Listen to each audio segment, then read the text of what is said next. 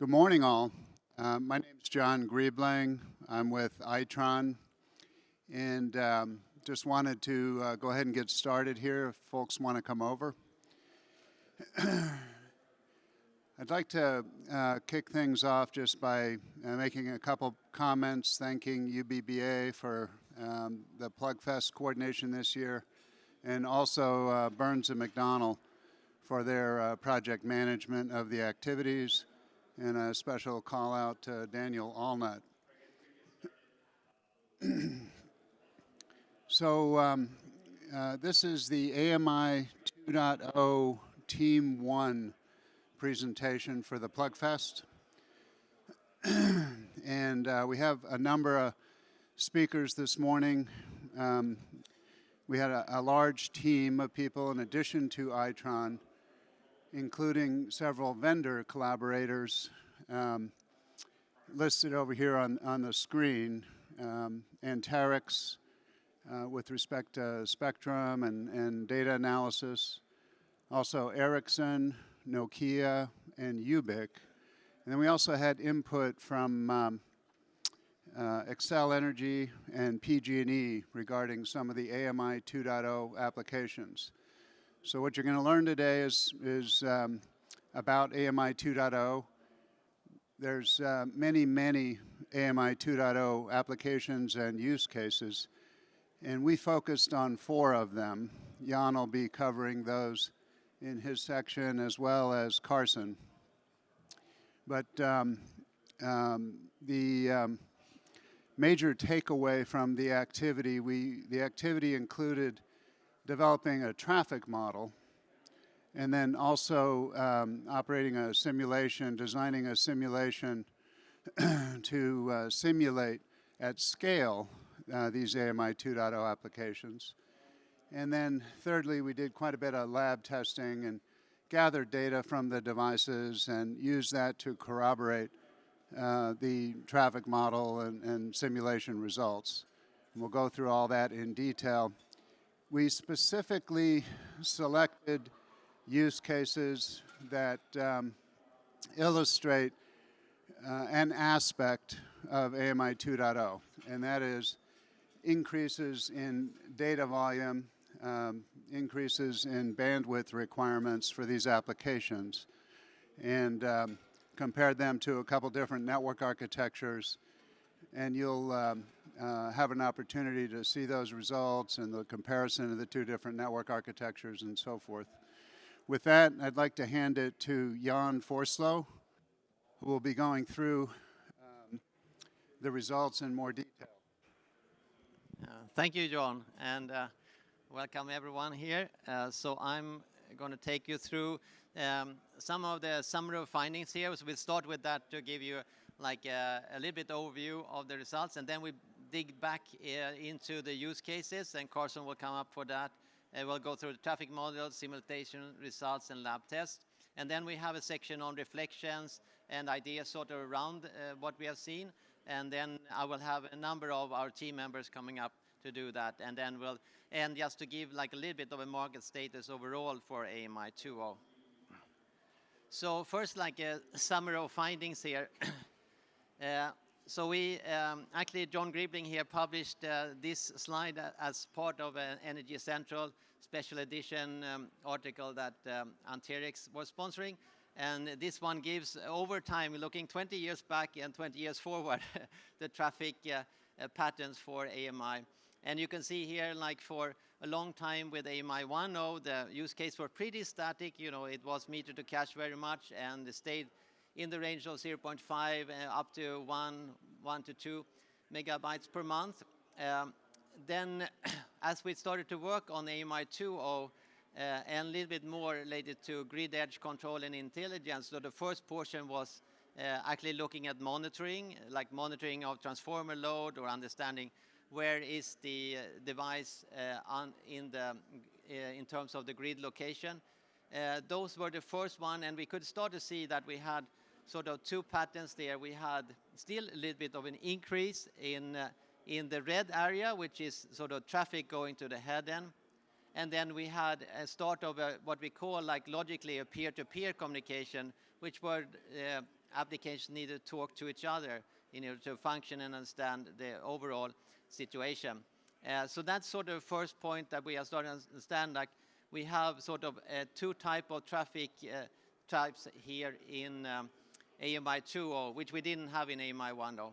The second aspect in this slide, which is we're just getting into right now, I would say, we've marked it in sort of starting to take form a little bit in 2026, and that's control applications.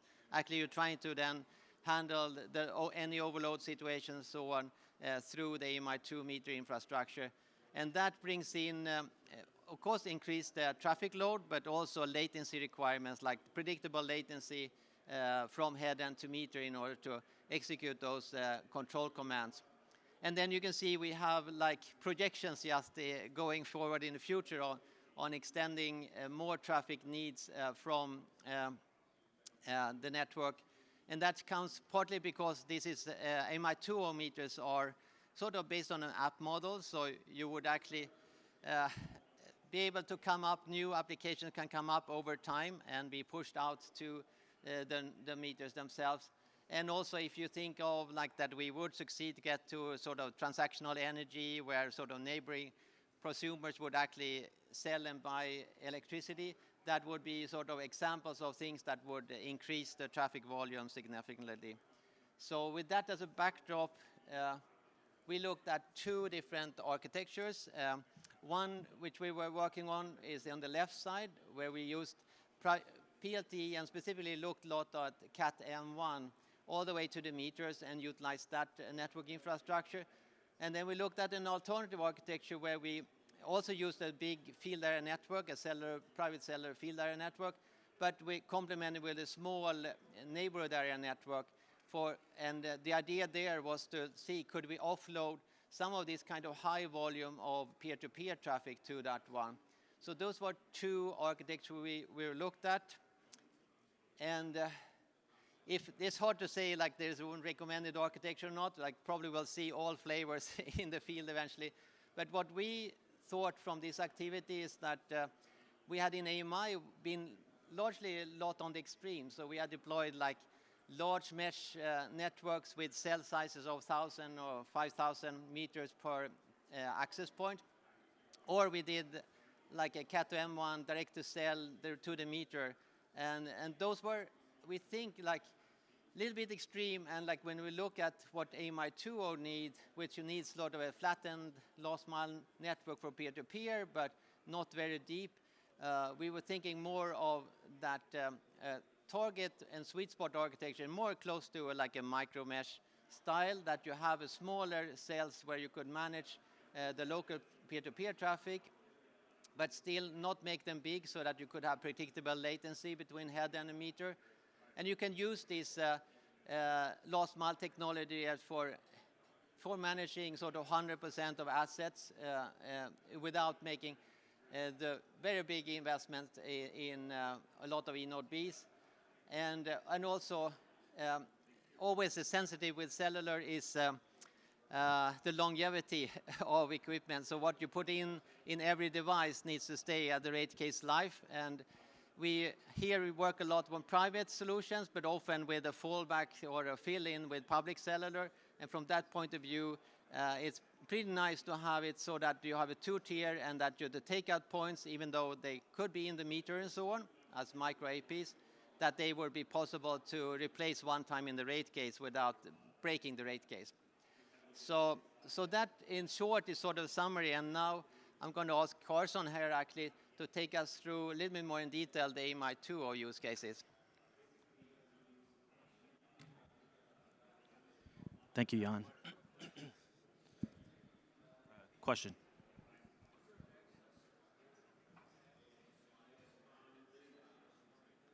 Yeah, there is quite a lot of slides in appendix that you will be after the show and so on. So that will be many more slides available for you. And we can always in the booth go through any details with you if you come over to the Itron booth. I think the show will do a distribution, but either way, you can stop by Rick and we can get you stuff. The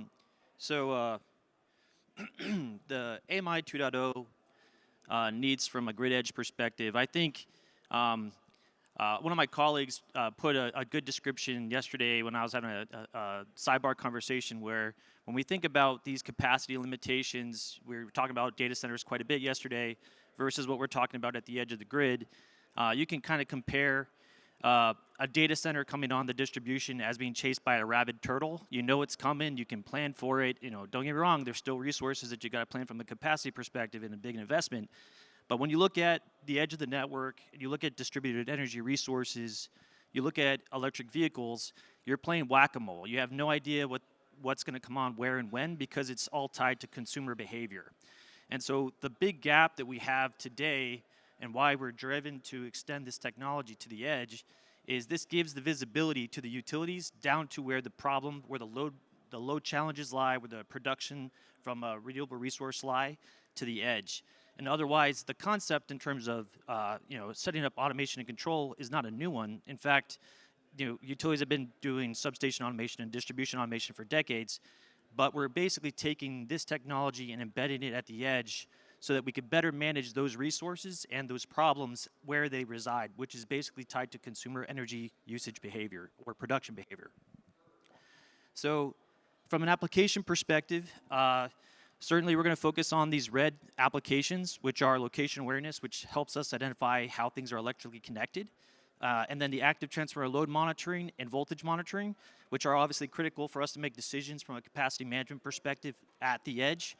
But there's also an array of applications here that ultimately support a lot of the business value we're going to talk about here in the next two slides. If anybody's interested in this stuff, we can go to full detail at our booth. But again, I'm going to focus more on the use cases that are tied to what we did in terms of this demonstration. From a value perspective, that suite of applications that you see kind of breaks down into three core buckets. Grid management, which is foundationally a big difference between AMI 1.0. So AMI 1.0 gave you a lot of data that was batch, fashion, next day analytics from a planning perspective.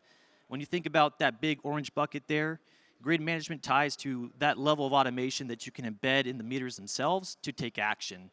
Why does that matter? Because if you can balance load at the customer premise from in terms of shedding load that might be overburdening a phase on a three-phase circuit, you can save medium voltage operations, which ultimately turn into dollars and cents from a utility standpoint because you're saving the life of those medium voltage assets, which are measured in $50,000 plus versus a $100 meter or whatever.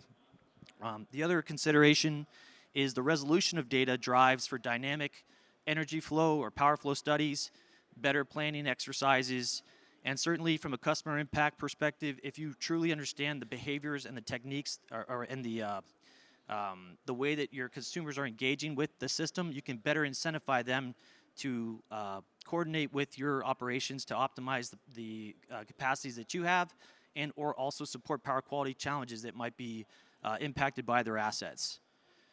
Just to give you an idea of the scale of this, when we talked about kind of that capacity from a data center perspective versus whack-a-mole with EVs, this is PG&E, and I want to thank them for sharing this data with you guys. This was a public presentation that they provided at our Inspire user conference. But what you're looking at here is part of that business case that you saw, which really accounts to roughly about $35 per meter for distributed intelligence, is the ability to save and preserve your existing assets. So just like it takes quite a bit of resources to plan for a data center, you got to build substations and bring circuits in and all that stuff like that, you have the same considerations when you have customers that are basically doubling their load. And in PG&E's territory, they have basically a number of small transformers, 25 kVA transformers, and the lion's share of their customers sit at about 100 amp circuit. So when you add an EV, it's a 50 amp circuit, you're basically doubling effectively the nominal load of those customers. And from an economics perspective, when you look at this blue map that you see here, 99% of the time, or actually 80% of the time, that transformer is more than adequate to serve all the loads on that particular transformer, except for a few hour windows where that exceeds 200% of its operating capacity. So if you could best manage how that customer charges in combination with how their AC cycle, how they use their range or their oven and things of that nature, you could actually defer and actually omit the use of upgrading that hardware assets, which turn into real dollars in terms of savings to the utility and the consumer. One of the things to consider is certainly there's the utility cost benefits associated to saving infrastructure costs, but this ultimately also transcends into a direct savings to consumer, because many of these customers don't have to go from a 100 amp panel to a 200 amp panel, which for these customers who just spent a bunch of money buying an EV, they can ultimately save $2,000 to $5,000 in eliminating the need for panel upgrades. So to give you an example, this is the application in operation. So a customer plugs in the EV, and the meter in real time senses that EV is connected. It looks at that spike in load. It builds a link. I think we talked about peer-to-peer, that the meter uses Wi-Fi to communicate to the EV charger. And so it also looks at all the loading on its peers. And then based on the usage behavior on that particular premise and the limitations from a capacity perspective, as the AC cycles, as the dryer turns on, as all these home loads that would otherwise exceed the maximum capacity of that panel schedule, the meter can actually leverage a standard operating protocol called OCPP, or Open Charge Point Protocol, and can throttle that EV charger to stay within 80% of its, for the National Electrical Safety Code, of its panel schedule ratings. So you can keep customers in a safe loading tolerance in real time as these loads are dynamically changing. And what that allows you to do is certainly that will extend the charging session, but as you guys know, when your AC cycles on and off, it only cycles for a few minutes. So you drop the loading from a charging perspective just subtly to reduce the capacity on that charger, and as soon as that AC stops cycling, you can increase the charging capacity so that you can meet your customers' energy transportation goals from a charging standpoint. And so this is an application that we're working very closely with PG&E and bringing to market early next year. And we've done testing with this. And if you guys are really interested in seeing some more details on this, please stop by. Happy to take you through the full details of the use case. All right. Okay, then I'll continue on here with the traffic models. So on the traffic model side, we needed to take care also of AMI 1.0 and the meter to cache, because that doesn't disappear per se. And we use like a modern AMI 1.0 meter traffic model in, so like 15 minutes read schedule. Maybe the one to highlight here is the outage management, which always have been like a really tricky use case for AMI 1.0, and especially in terms of that you need to get a lot of messages up from all the impacted meters within the life of the supercap, which often is not more than 60 seconds, 75 seconds. So that is a use case, and it will recur a little bit here when we look at the AMI 2.0 to consider. So on the AMI 2.0 use cases, here you see the 4 ones that was highlighted by Carson. So location awareness, which is understanding the grid location of every meter, the active transformer load monitoring, and then management, and eventually ABC management, which all builds on top of each other in this case. So what we see here is, like, first with location awareness and active transformer load monitoring, is that we have this peer-to-peer, meter-to-meter communication. And actually when it comes to transformer load monitoring, then default settings is that should happen every minute. So communication both on instantaneous load at the peer-to-peer level, but also up to the head-end level. And then active transformer load management, that adds this additional aspect I mentioned in the beginning of actually needing more predictable latency. Here we marked it as around 5 seconds for actually control commands going down towards the meter.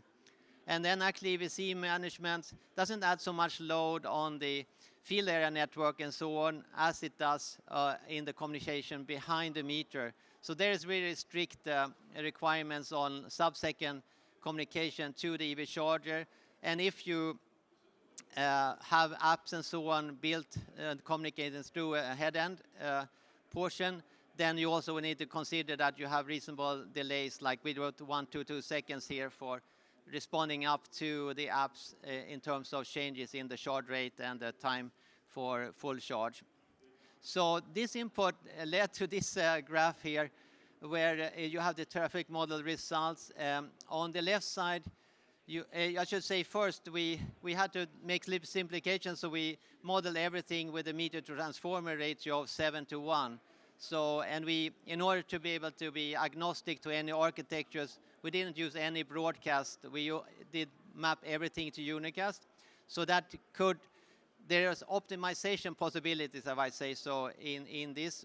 But on the left side, you have just a split of the applications themselves, and you can see that really the AMI2 application takes a lion's share of the bandwidth, and particularly transformer load monitoring and load management has, as you see, 126 and 165 megabytes each. So that's a really big portion. On the right side, you see just the division of how much is local peer-to-peer versus what goes up the head. And also there, the lion's share is up on the local peer-to-peer in this modeling. But you can see also that there are increase. We are 5 megabytes up and 5 megabytes down for the meter-to-head and in this traffic model, so to be considered as well. And a little bit like that the down portion is bigger than it was like relatively from AMI1 now, is that we're seeing more, we have an app model, so there's application downloads and so on to consider as well. So taking that, we went over to simulation, and we did simulation on user plane and then on control plane.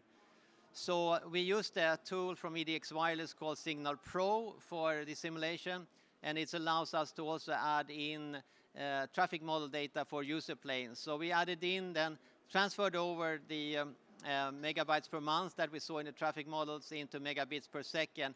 We didn't use any modifications there, no peak multiplier similar. So we got 800 kilobits per second at the peer-to-peer level, and 10 kilobits per second up and down for the head-end traffic. We modeled 3 different bands, and we actually took the entire spectrum. So this is a little bit artificial because AMI wouldn't use all the spectrum, but just for the modeling point of view, we did that. So we modeled band 106 in the 900 megahertz and band 71 in 600 megahertz and band 48 in the 3 gigahertz spectrum. And we put this on a dense suburban area in Denver with about 21 square miles, 40,000 meters. We really wanted to have 100% coverage, so we actually added in 19 E-node Bs, and we modeled that based on band 106, and then just checked the results for the other ones, what that would relate. And then when we did a model for adding this small layer of a neighborhood area network, we used something called socket APs, which are really colors on normal meters, so they're at the meter level. They're not like on the poles and so on, in order to look at the flat, small neighborhood area network. So the average load there you can see was just like 121 meters per socket AP. And we kept that neighborhood area network to really 1 to 2 hops only, so that not many hops.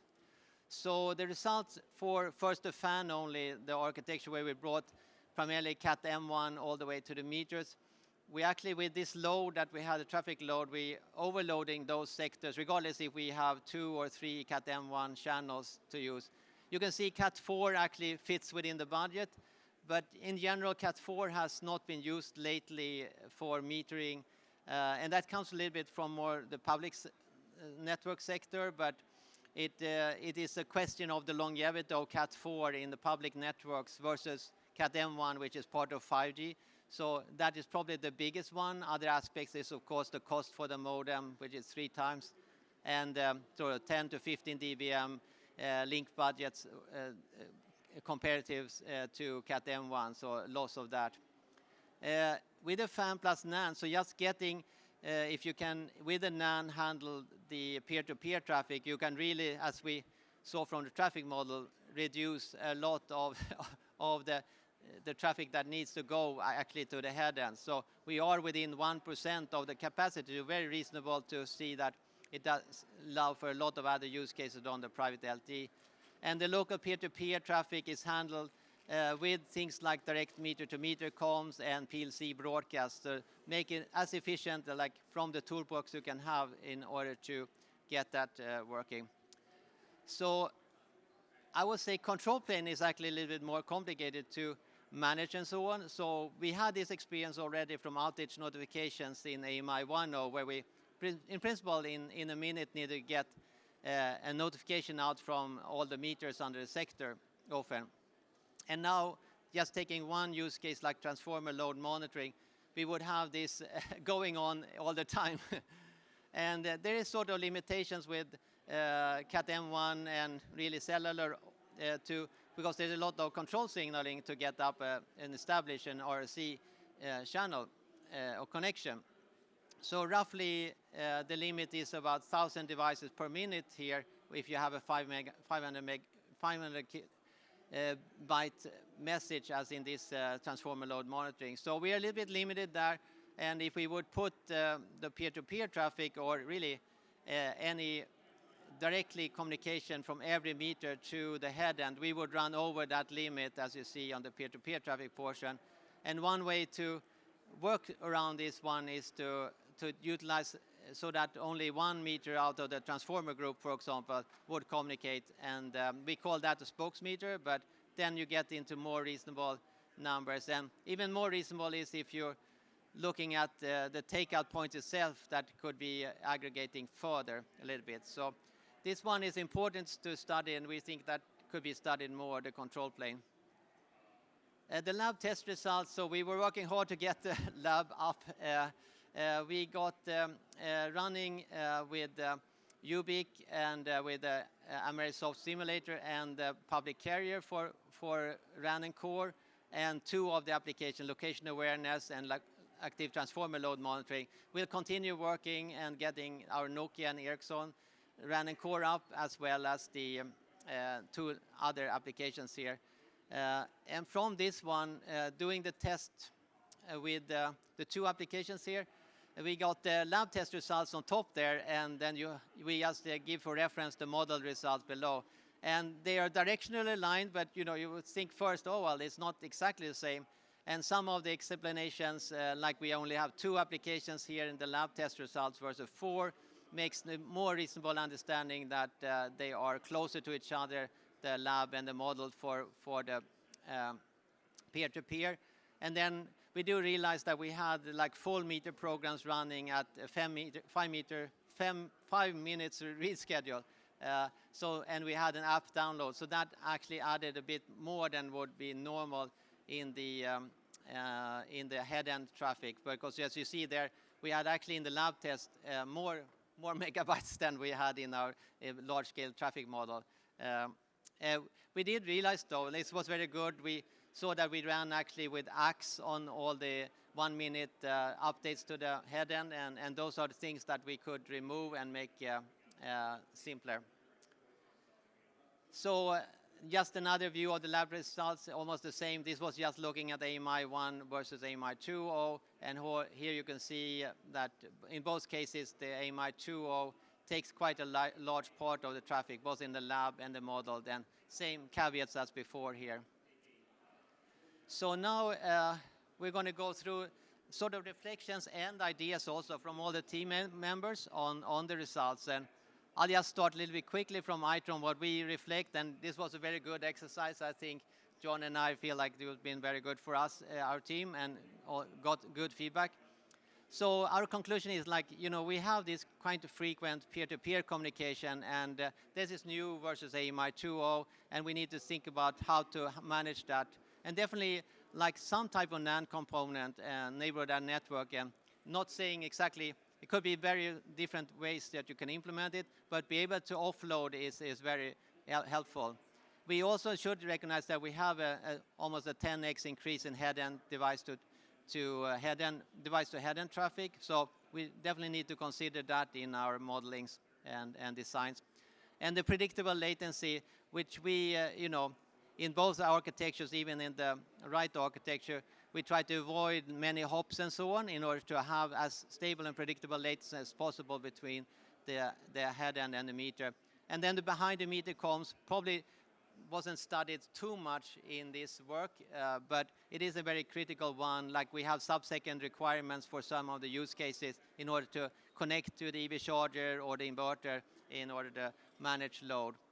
And what we think that we're going to need to work further on is continue definitely our testing with more RAN core spectrum and the new applications. Control plane, we think we can study more on that. There are most likely optimization possibilities, so we feel like that is a work area for us. And we did everything on 4G here, but we would like to do this on 5G also, and RedCap and so on, as the cellular communication, as there are some improvements in control signal and so on that can be very helpful in 5G. And then, you know, we didn't study the whole aspect of, you have models that lives in these medias, for example, low disaggregation and so on, and they need to be updated over time. And how do you train those models and then push new runtime versions out to the meters? And there, I think there's a lot to study, putting like a fog level for this training, not taking streaming data up all the way to the head end. So that's something to study for the future. And now I'm going to invite one by one some of the team members, and start with Fabian, actually, from Ubiik, and that he will give a little bit of an indication here. Thank you. Yes, so we are Ubiik, so yeah, we've been helping in that work in providing the base station in Ubiik for some of the lab testing. We also recognize indeed that with the AMI 2.0, then the traffic will increase significantly. And what is quite specific with AMI 2.0 is a large number of nodes, and the fact that the traffic is often pretty small packets of data, but to be communicated quite frequently and more frequently, which generally speaking is the worst case for any communication system, wireless communication system. As Jan mentioned, with the overhead of the control signaling, whichever technology it is, whether it's a mesh technology or it's a cellular, that's always the most challenging type of traffic to cope with large number of devices, sending some small amount of data and still want to have consistent latency, control latency, and as well deliver the coverage, because a lot of those points might be some in good coverage conditions, some might be harder to reach or indoor. So it is generally a challenging communication problem to get the data out of all those AMI nodes, and it's going to be increasingly challenging aspect. So we also recognize that those assets are more and more distributed, and with the distributed energy elements, then we think actually the communication network also needs to be distributed. Moving to LTE and cellular technologies and private LTE in particular, we think we also have to realize that private LTE by itself, just as a direct to the cellular, direct to base station approach, will not deliver the capacity required for AMI 2.0 traffic that is foreseen. And we are actually also promoting an approach where we have a distributed as well cellular private LTE network, where you might want to offload a lot of that traffic, similar to what Jan presented with the small mesh networks. Our approach would be to offload that also on cellular, still using CAT-M1, but using the unlicensed spectrum that is available and has been used for many years for AMI. So even moving towards private LTE and licensed spectrum, we think a lot of that traffic from AMI could be distributed and could be offloaded to unlicensed band while retaining the LTE and 3GPP technologies. What we are proposing is what we call free run, which is it's a LTE base station, CAT-M1, but that can run in the unlicensed spectrum.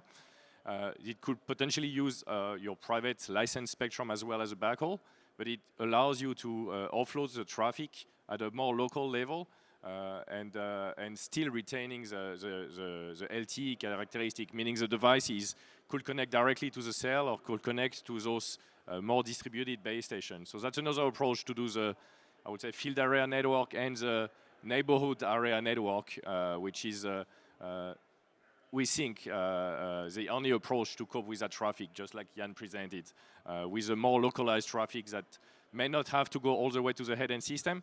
You know, it might just go back to those base stations, and that's why you can also have distributed core networks, so that the traffic doesn't have to go back all the way to the head end and to the back end. It could be processed more locally on the network, and then have this equivalent of peer-to-peer communication at a lower level. So that's our approach to the same problem and the same foreseen traffic increase. Yeah, so that's. I think that's really great. And I'm going to ask Ali from Nokia to come up here and also give a few words. Yeah. And Thank you. And so what we did is we focused on the engineering and the business problem. So I'm more like a business translator. And what I did is working closely with Itron, working closely with Anterix and our colleagues, we did a lot of CAD-M testing. Why CAD-M? Because all the smart meters today have CAD-M. That doesn't mean that's the future over the next 10 years. We can revisit. So the charter was, can millions of devices be supported? So we took a traffic model, took a very dense area, 33,000 buildings in 25 square kilometers. That's a lot of traffic. The goal of this isn't to try to solve the problem, to set up how to solve the problem.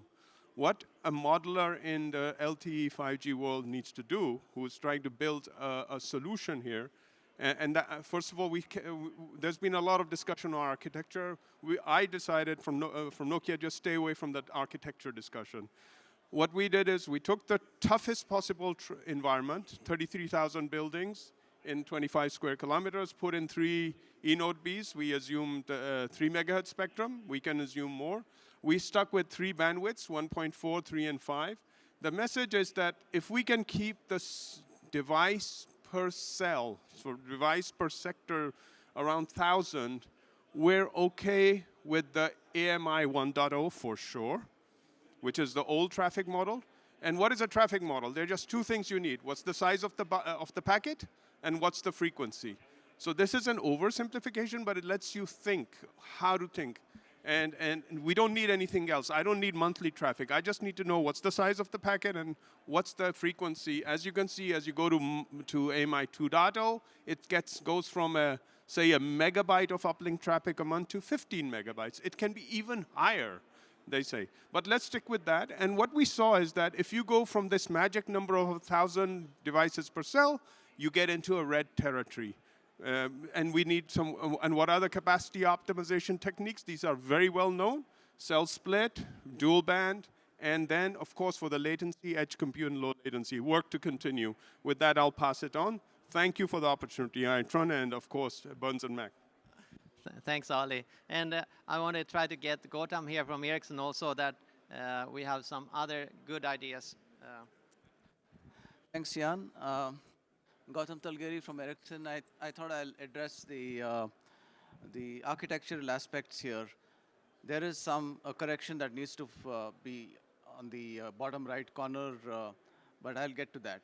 So the thing that we should take away from this is there is a better understanding of the Itron and the smart model, the smart meter traffic model, and that's good input. The part which we need to look deeper into is some of the capabilities in a technology like LTE. There are the ability to schedule packets in the uplink and the downlink. There is smartness, and there's the way that you can address the data that's going in both directions. So the 2 options that are considered here is that when you look at it from an architectural perspective, when you have single devices communicating, something like CAT-M works well.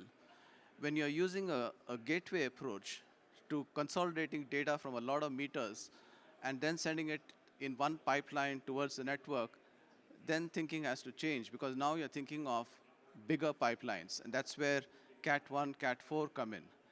And then it's a question of consolidation of that information. If you want to consolidate it at, let's say, a community level, then you're thinking of a smaller block of meters, sending data on CAT1, bringing down the price point in the meters so that the business case is better, and you're able to then evolve from mesh-based technologies towards LTE-based technologies with the right adjustment of the data and the size of the mesh. There has to be edge computing so that there is reduced amount of data that's sent to the network that uses your spectrum better. In the modeling that was shown to us on how the traffic is growing, you will notice that in the time frame of 24, 25, 26, 2025, 2025, 2026, the data volumes are something that, with the right scheduling algorithms, can fit into an LTE network. After that, of course, things are going to take off, but at the same time, cellular deployments also will take off. More spectrum gets available. And so it's, it's tracking along with the capacity needs. So that was some of our insights, that you got to think of it from using a module in the meter, which is fulfilling the business case. Go for a more powerful thing like Cat4 if you have more data to send, and be smart about how you use spectrum, how you schedule data. And with that, I think the combination of the technologies will work out very well. Thank you. Thank you, Godam. And then last I have Anterix as well, so I'll jump over to this slide here. Thank you. Well, of course I did that. Good morning, everyone. I'm going to stay down here if it's okay. We are out of time, so I'm going to go through this very quickly. Can we go to the next slide, I believe, very quickly? Yeah, so we worked with Nokia and in our lab, and our target was to increase the throughput on Cat-M and also increase the coverage on Cat-M. There are a couple protocols that are inherent in LTE that we utilize for this testing, and the first one is called HARC. It's kind of technical, so if you have any questions about anything you're going to see here, find me, and we can review it directly because we're very tight on time. But we utilize 2 HARC and 3 HARC to increase the throughput. And basically what HARC does, if you look there, the blue boxes, it sends a bit of data, it waits for an acknowledgement before it sends its next packet.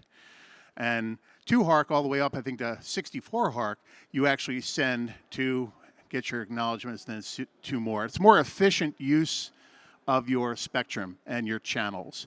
So we found that by utilizing this in the lab, we got about 3 times higher peak throughput for 3 HARC, and we can anticipate even higher throughput as we increase the HARC process. The second study we did was on extending the battery life. Of course, if you've got a gas meter out there in the field, you do not want to be changing that battery often. So how do we get the maximum utilization of battery from a device in the field? Well, we use something called the EDRX sleep cycle. And as you can see from the 10-year battery modeling down here, the longer your sleep cycle and the more you maximize your data transmission periods by using the EDRX methodology, you can extend that battery out. I know we are so tight on time. We hit the next slide if we could. And then lastly, we did some evaluation using multi-frame repetition or the CE mode A and CE mode B in order to get more efficient transmission to increase beyond the cell edge capabilities. And this is kind of highly technical, but by utilizing these inherent protocols within LTE, we were able to provide coverage, and kind of a layman description, coverage where there were no coverage available beyond the scale and the scope of the tower. So I know we are out. I'm going to stop there. The next session, hopefully we can go a little bit deeper into this, but thank you for your time. Okay, then we just wrap up.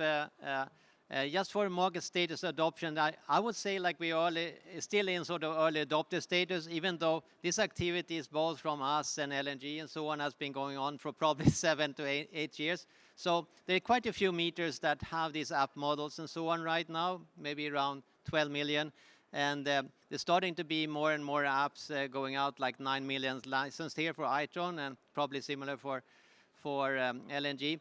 But communication is one of the issues and that has been, need to be worked on. But other is really just like the working with app models and frameworks and coordination between server and the devices in large scale is the other aspect that needs to be really considered. And maybe that's sort of a topic for the next UBA, that distributed compute architecture itself. Okay, I think we wrap up with that. And thank you so much for attending.